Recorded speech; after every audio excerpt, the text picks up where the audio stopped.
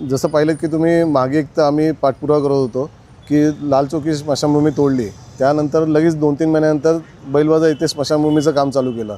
पण हे काम चालू करताना की बैलबाजारची जे स्मशानभूमी आहे हिला 5/2/2025ला टेंडर काढलं होतं बांधण्यासाठी आणि त्याची मुदत 300 दिवसाची होती. आज आहे तारीख 10 तारीख आहे, 10/2/2025 आहे, म्हणजे हे 2026 सॉरी, ह्याच्यामध्ये हे टेंडरची मुदत संपलेली आहे. तरीसुद्धा इथे कुठेही काम चालू आलेलं नाही. फक्त जुनं स्ट्रक्चर तोडलेलं आहे, अजून नवीन स्ट्रक्चरचं कुठे काही काम केलेलं नाही. म्हणजे हे काम करता करता 1.5 ते 2 वर्ष जातील अजून. म्हणजे ह्याच्यामध्ये आमच्या कल्याणमधल्या नागरिकांना नाहक त्रास सहन करावा लागतो आहे. कारण का पावसाळ्यामध्ये इथे हे करताना त्रास होत होता. जसं एक तर बैल बाजार आहे, लाल चौकी आणि बैल बाजार ह्या दोन्ही साईडला लोकांना त्रास होता. नंतर हे टेम्पररी शेड बांधले, पण जी नवीन टेंडरनुसार बांधायचं आहे ते अजून कुठेही काम झालेलं नाही. दोन्हीकडचे ठेकेदारांनी ह्यांची मुदत संपूनसुद्धा काम अजून सुरू केलेलं नाही. त्यामुळे ह्या ठेकेदारांना काळ्या यादीत टाकावं आणि अधिकाऱ्यांनी ह्यांच्यावरती कुठलेही वचक ठेवलं नाही.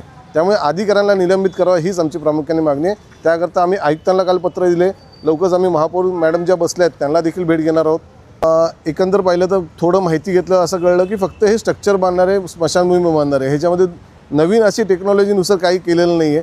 जसं एक तर डोंबिवलीला पाहिलं किंवा मुंबईला पाहिलं की प्रत्येक चितेवरती एक ॲग्जेस्ट फॅन असतो आणि तो ॲग्जेस्ट फॅन त्यातून धूर एका उंचीवरती जाऊन तो सोडतो.